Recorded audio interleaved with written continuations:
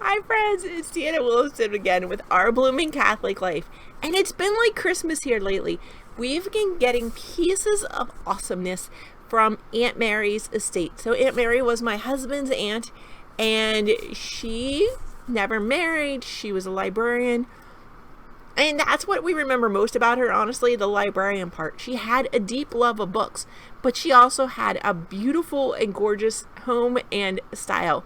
So we've been getting things from her estate. Some of the things we've been getting is door wreaths. And the neighbors have been loving them. And I have to say, they're really pretty. And they just are brightening up everybody's day. You know how everybody's walking right now? So a beautiful twinkly door wreath. Because this one actually even twinkles. So it kind of is the color of the fireflies. So it's really super cute to have out right now. So we're really enjoying that. But then we had all these cardboard boxes full of wreaths in the living room. And we were like, this isn't going to do. And where we live, having cardboard boxes to store things doesn't really work. And my husband found these world's cutest wreath containers. And I'm totally just going to share them with you quick so you can see them. Yeah, I say quick. They're from a company called, I guess, Homz, H-O-M-Z. Homz for the holidays. This is literally it. It looks huge. The wreaths actually fit in here super nice. They come in, it looks like it's a set of 3, but it's a set of 6. There's 2 boxes taped together. I'm going to try and hold this up so you can see these tabs. This is what locks it in, and they're also kind of hooked in here. So give me just a second, and I will unhook this guy. First one's all unhooked. So I can peel one set off. Then they come with tape up here, so you've got to figure out how to get that tape off. And it's a little trickier than normal. When I did some of the others, I just cut them off. There they go. It's super hot out here. If you haven't noticed that I'm like totally melting making these videos for you. It's super hot out here today. Let's see. So, you try to click back on there. So you just put your wreath in here. And we've actually found that in the center of the wreath, we can put like a candle wreath if you've got a candle wreath as well, or even like a set of 3 candles. We've been finding lots of little things fit in that little spot in the middle. And then you just grab this one, you grab this piece. It's pretty easy to line up because you're lining up with the holes in the bottom. And there's little nubbins. Ta-da! And then you just go around and click the little latches. And then you have the world's cutest little like suitcase. So it actually stands up. So you can stack them standing up. That's a bit dangerous, I think, to the wreath. I have them laying flat, but if you needed to carry them, it's not trying to carry this big awkward round thing. You can just carry it by the handle. These are super great. We're really loving these, and it's clear. So I peeled the sticker off, and you can actually see the wreath that's inside it as well.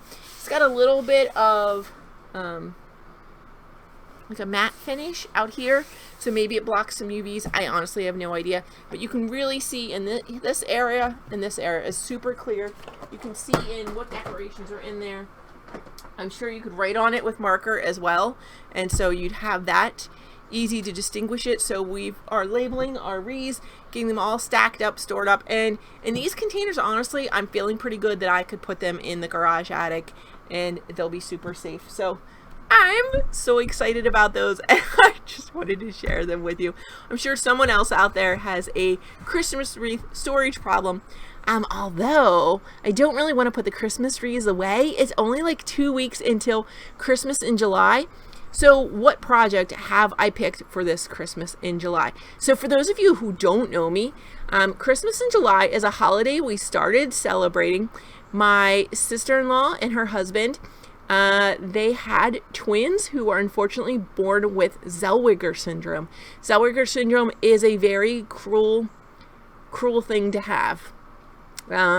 So Ashley was with us for 11 weeks and Tommy for about 6 months.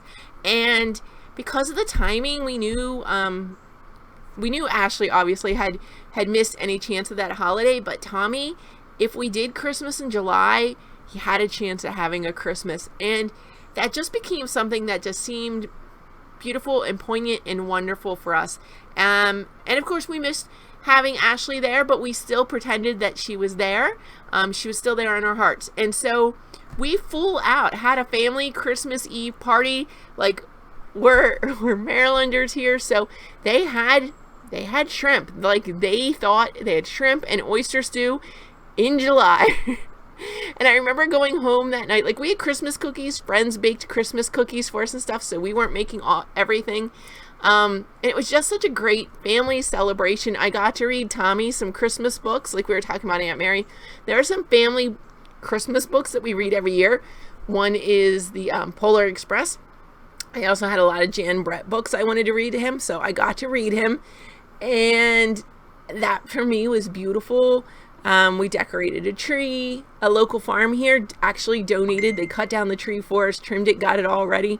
It's just a little guy, but it meant a lot to us. And I remember going home that night and thinking, I can't remember another Christmas where the crickets were so loud. My husband looked at me like I was crazy. I just got so caught up in the spirit of Christmas that I forgot it was summer. I forgot it was Christmas in July. For Tommy, it was Christmas. So that was Christmas Eve. And we had to go off on an event. So we didn't make it to the Christmas party. They had that with all of their friends. And there was a tree for Tommy and one for Ashley. And they had lots more gifts. I think Santa even showed up. It was such a blessing for so many people. Not just for Tommy to know that love for everyone.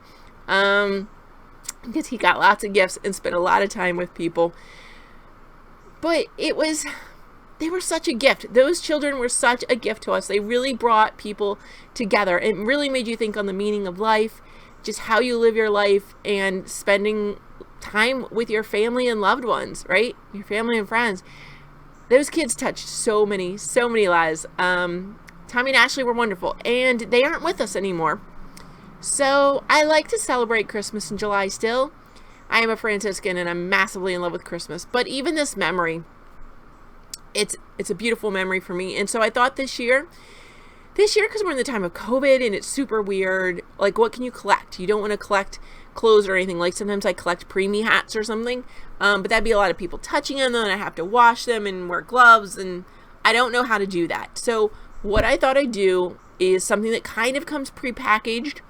And that we can quarantine these items until it's safe to distribute them. So what we're going to be collecting is children's toiletries and activity books. And we're going to donate them to the local shelter. I'm going to give, for mine, is going to go to the Franciscan Center. So that when they go to kids, you know, it's not just this boring old toothbrush and toothpaste, but maybe something kid-friendly, you know, like a Batman toothbrush or a Lego toothbrush or something fun. And yeah, so I'm going to collect kid-friendly toiletries. You know, the kid size, the kid themed ones. Every kid lightens up. Like, they love that. Because they need toiletries. Like, that's something the shelters are always asking for. And the Franciscan Center is way more than a shelter. But I know they could use these. So I'm going to ask for children's toiletries and activity books. Just so the kids are home from school. They're bored out of their minds, right? And driving parents crazy. And I just thought some activity books. Please no sticker books. Because I think moms would be horrified by that right now. You know, well, so many more working from home. And activity books are good. But maybe let's not give stickers or, you know, some heavy duty markers. Maybe some washable markers, or, you know, the paints that wash up right away, that kind of thing. Or those ones that they can't get on anything else. That'd probably be perfect, right? So that's it. So if you want to collect them in your area and get them out where you are, in your hometown, wherever you are, if you're friends with me, I'm going to ask you, I'm going to put a donation bin out soon looking for donations. So I'm looking for children's toiletries and activity books. And a great way to do that the organizations are really liking right now is check with your local organization first. Don't take my word for it. Every organization's different. But often they will have an Amazon wish list or a wish list with another retailer. And so you can order it directly online, have it shipped directly to them.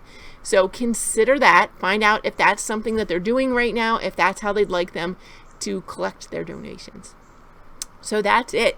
Get ready, friends. It's nearly Christmas in July. So get your decorations up, get your donations ready, and just get ready to celebrate, even if it's over Zoom.